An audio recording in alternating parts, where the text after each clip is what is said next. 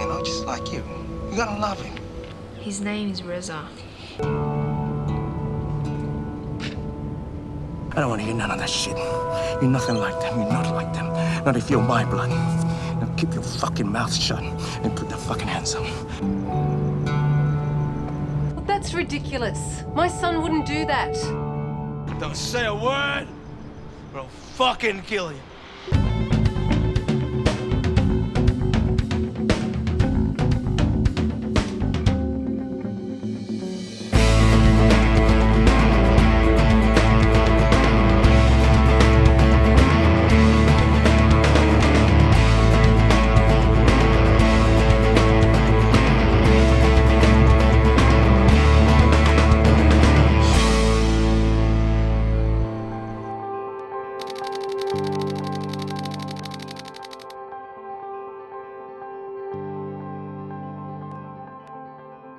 The film grew out of a series of workshops, or really one workshop that happened over a number of weeks that we called, my co-producer Min Palangi and I called Stuff, in homage to that great line from the cinema noir film Maltese Falcon, where at the end of the film, when somebody picks up the statue and says, "What is it?" And Humphrey Bogart says, "It's the stuff that dreams are made of." We sort of organized 10 weeks of workshops for writing, because I think that's where the whole thing sort of needs to happen. And we met every weekend, and the participants, each sort of individual writer, associate writers, directors, they all wrote their stories, and they would come in, we have a look at it, read within the group, and give feedback, and I would go and write a new draft for the next week. We were asking the participants to write short film scripts that were grounded, very strongly grounded in their own tribal identities. Now, what happens when people work from a tribal point of view is that they write stories that come from an essence, from a source, from origins. And what we find when you work from origins is that there's a tremendous kind of possibility that one person's origins have a great commonality with another person's origins, even though they may be from incredibly, seemingly different kinds of backgrounds. Where they are most alike is in their essence or in their origins. We were about week 6, I think, and that, you know, the stories were quite evolved. And naturally we could see that there's a lot of links, like the stories, even though, you know, different people, different stories, there's a lot of links between, and the subjects, the, you know, the intergenerational thing, the issues of misunderstanding between cultures. So we thought, well, rather than make 7 short films that are completely disconnected, well, maybe there's a way that we can kind of weave all of these stories together and make this really a film about diversity and about commonality. It just briefly was mentioned at lunchtime that, guys, I mean, you know, this is what we thought originally, and do you think we should make a feature? And I mean, it was amazing when everyone heard that. I could see these sparks in their eyes. Everyone's super excited, dedicated, and I just had a moment to think, like, oh my God, I mean, it's actually happening. The writers going back and writing linking parts, and then me coming in at various times and smoothing out the linkages, and sometimes, you know, saying, well, that's not working, let's try another way of doing this, and kind of overseeing the entire writing of the project and before it went into production. My experience throughout this whole entire course with Billy Marshall STONEKING was very overwhelming. He's an excellent mentor. He's opened me up to different ways of thinking about how to write and how to write drama, and even ways on how to express that drama visually through camera, through performance. Casting and rehearsals were all filmed, and they were also part of the script development process. The stories went on being found right throughout the entire process. It was controlled in a manner that the essence of the stories were there, but we allowed the actors to bring what they have to the script as well, like their interpretation, their feelings to it, so there was always room for change. Even from the rehearsals, it was all professional, and it was all, everyone was positive, and no one was like, do it like this, or that's not how we want to do it. I mean, it lets you get on with what you're doing. and if you sort of happen to stray a bit off track, he'll pull you back onto it. But otherwise, you've got freedom to try other things out and see what works, and that's really good. I remember at one point we did a rehearsal session for one of the stories. It's a scene between a father and a daughter. आप समझते थे आप बहुत मजबूत हैं, मगर आप बहुत कमजोर निकले. Men and I, who were watching this happen, were just completely and utterly mesmerized. We were just drawn completely into this moment so deeply. We were no longer producers watching a rehearsal. We were actually witnesses to this incredible life-transforming thing that was happening between these two people. And it got so intense that one of the actors lost it and just burst out laughing, which was completely the opposite of what the emotion was in the scene, but it was kind of the only thing I suppose that that person could do at that stage, given the intensity of what was being found, because it really was this incredible finding of the core emotion of what was going on between the two people in the scene. So, I mean, those kinds of things happened quite a lot during the process. These people are from the people we see in our everyday Australia, but the fact that we're hearing their personal stories, their stories that they're dealing with at home, and something that we don't see, and that human sort of connection and the similarities that you find that we all do. You know, the problems you had with your parents, the problems you had with your partner. Do you like it? Not really.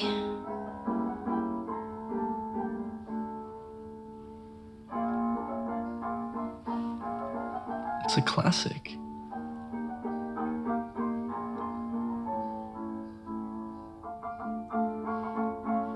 If you like, we can put something else on. No, it's okay. Maybe it'll get better.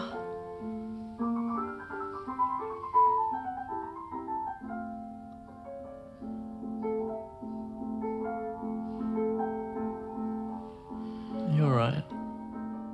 The process is different, very different to how the industry works in Australia.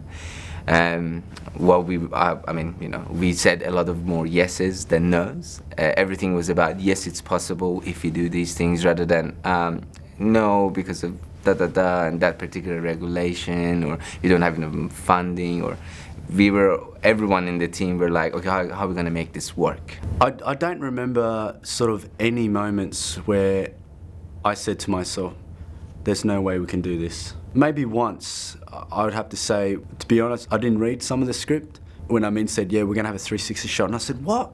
360 shot? What the hell? How are we going to do that? And I said that instinctively because it was like out of my comfort zone, you know, 360 shot. Now, how the hell am I going to do this, you know?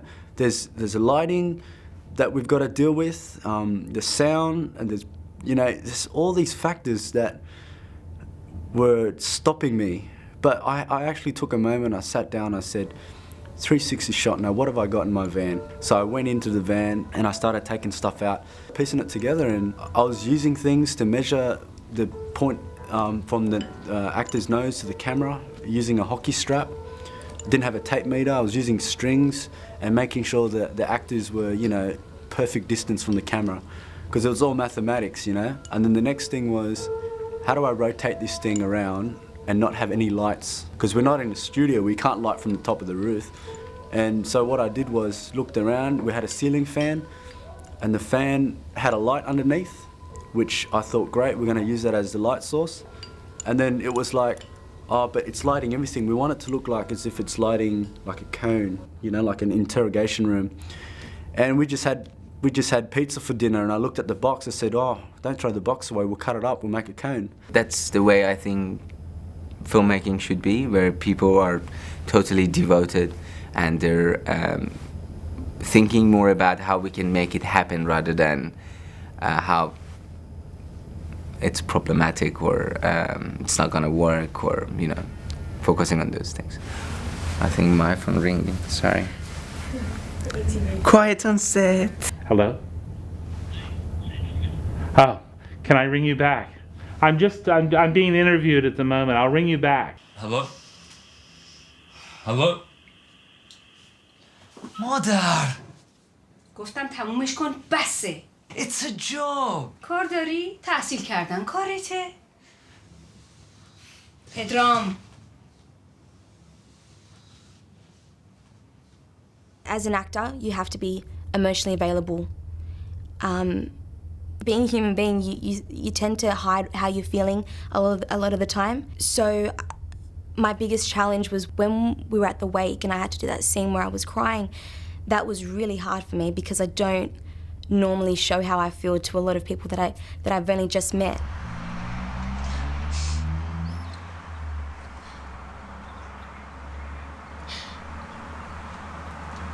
I don't know how to tell you. We were filming out in the park, and it's a father and son, and they're boxing, and Felino would punch me on the face, and then the director would yell cut, and he would break out a character and he'd go, "Oh, are you all right?" And I'll be like, "Felino, what are you doing? How can I act opposite you if you keep breaking out a character?" Dad, Jesus Christ! This is my saving, son. Only you can. Now keep him up. Let's go. Come on, left, right. Son, hang on. Hang on. What?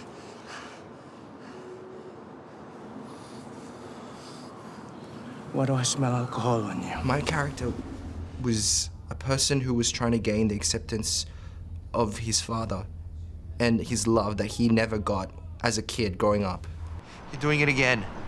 Acting like you don't give a shit. What's me being young and stupid got to do with you behaving like a proper man? You know what? You're still stupid. I didn't make you what you are! I actually based the character on a couple of people that I knew personally who had this exact same relationship with their dad. How much are we seeing? Are you seeing the bra and the boobs? Yeah, you can see the bra. Books? Not really, can't see the book. Oh gosh. Okay. The funny thing is, when Marie gave me the script, I did not see that bit. It just seemed to me that two people lying in bed and then the camera just pans over, but I did not really see that there was going to be a sort of implied sex scene, stylistic sex scene in it. So I guess I only found out on the day, and myself and my I guess acting colleague also found out, and we both kind of freaked out. So I remembered Amin taking us aside and explaining the choreography. But I have people not looking. Yes. No, seriously. I'm gonna kick your butt, man.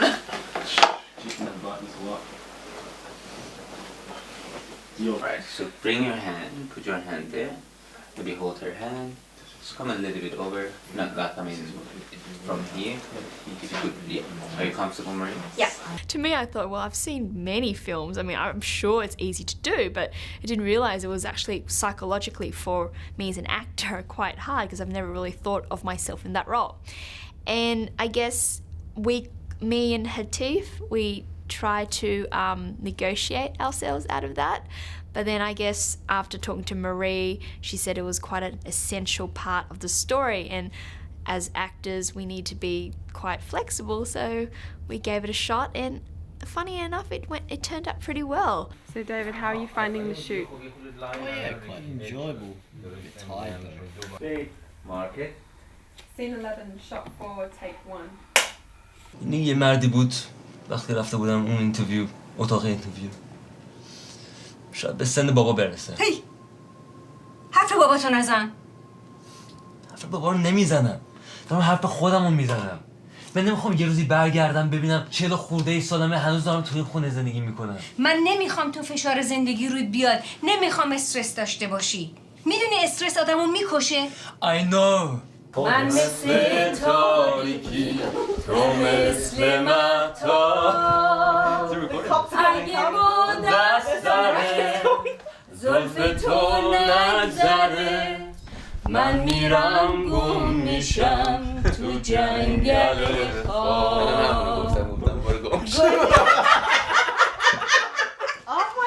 You know, there's been times where we've had to do 2 locations in the one day, 2 totally different scripts, you know, and trying to work through that and try and get, you know, this whole bunch of people, move them to a different location. That's been fun. We just, I mean, we were up because we missed the last bus, it was 11:33, and then it was stopping at the red light, so I just said, let's be cheerful again, like we've been throughout the production. And I just went and, you know, asked the guy to open the door and said, do you mind if we could have you... Sprinkled some of that Amin magic? Yes, I was like, just giving some love, and the guy was like, okay. What do you want me to do? And he was like, pleasure doing business with you, man. Like, he was really good. He was the best ever. I mean, he controlled the Hills bus. Amin is now chatting to the bus driver. Camera rolling. And action.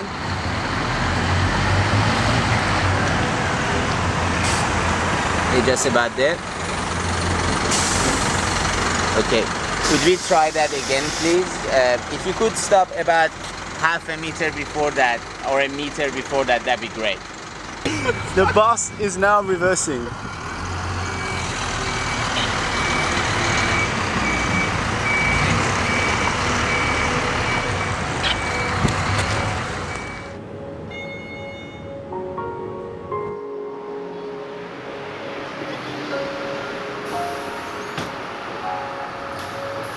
I love you. I love you, darling. I do love you. Of course I understand that, okay? Of course I get it. I can't help it. I had to submit the campaign plan on Monday. This is the first feature film I can think of in Australia where so many diverse groups of people and diverse talents and people from all different kinds of incredible backgrounds and ages and just an amazing configuration of languages, everything comes together in a way in which it's not like a whole bunch of separate entities doing it. It's like there's this one organism that's made up of all these different parts, but they're all working together as an organism, as an animal that is actually, you know, evolving and creating itself. He beat my friends up. We were joking around. Then he rocks up like he owns the joint. ये क्या है? कुछ नहीं, रहने दे. अगर तू मैंने दसेगी नहीं मैंने समझ किवें आएगा? What are you on about, huh? You.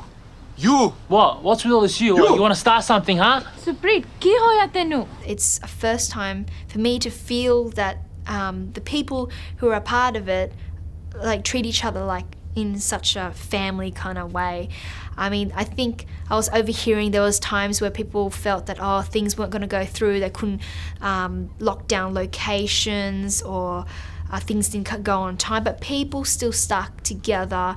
And I think through the spirit and the strength of everyone, the cast and crew, and the dedication of them, it really is the driving force to make this project the way it is. And I can't wait to see the outcome. I think it's going to be fabulous to see like 7 stories interwoven to make this feature film. So it's definitely going to be something new in this country. 3, take